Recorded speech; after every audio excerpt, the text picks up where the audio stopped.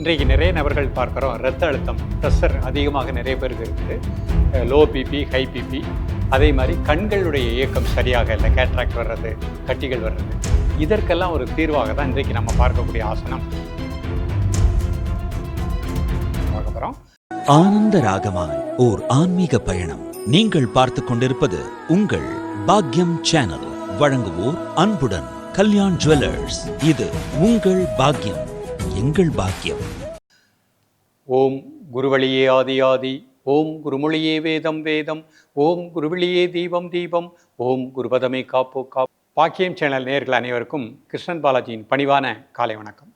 நேயர்களே, ஆசனம் செய்வோம், ஆரோக்கியமாய் வாழ்வோம்.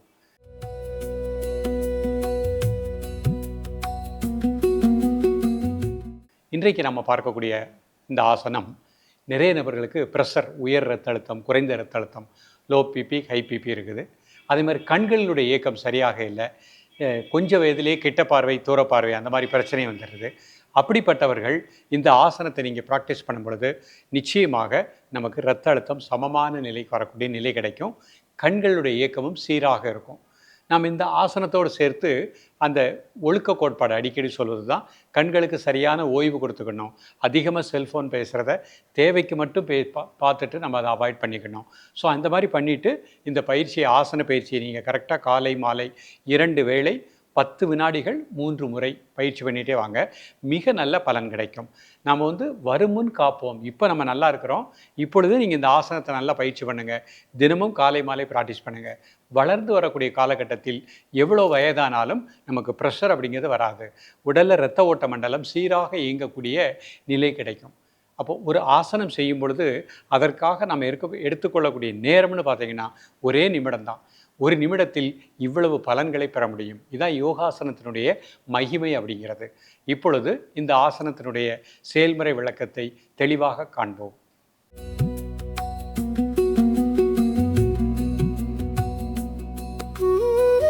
நேர்களே, சுப்த பாதாங்குஸ்தாசனம் பண்ண போகிறோம். நேராக உட்காந்துக்கோங்க. பிரீத்திங் நார்மல் பண்ணிக்கோங்க. படுத்துட்டு வலது கால் மேலே வச்சுக்கோங்க. வலதுக்கு என்னால் கால் பெருவல் பிடிச்சிக்கோங்க. இடது கால் இந்த மாதிரி வச்சுக்கோங்க. 1 2 3 4 5 6 7 8 9 10. மெதுவாக ரிலாக்ஸ் பண்ணிக்கோங்க. 5 செகண்ட் நார்மல் பிரீத்திங். ரிலாக்ஸ் பண்ணிக்கோங்க. நேர்களே, இப்போ நம்ம இந்த ஆசனம் பார்த்தோம். இந்த ஆசனத்தை விடாமல் காலை மாலை ப்ராக்டிஸ் பண்ணிகிட்டே வாங்க. இது கண்களுக்கு நல்ல ஒரு பலனை கொடுக்கின்றது, இரத்த அழுத்தத்தை சமப்படுத்துகின்றது. அதையும் தாண்டி கால் நரம்பு மண்டலங்கள், இடுப்பு பகுதி நரம்பு மண்டலங்களை சீராக இயங்க செய்கின்றது. கால் பாத எரிச்சலை நீக்கக்கூடிய ஒரு அற்புதமான ஆசனம். சுறுசுறுப்பு, உற்சாகத்தை கொடுக்கக்கூடிய ஒரு அற்புதமான ஆசனம். ஆசனங்களை நிதானமாக, பொறுமையாக, மூச்சோட்டத்தோடு கவனித்து அழகாக பயிற்சி பண்ணிகிட்டே வாங்க.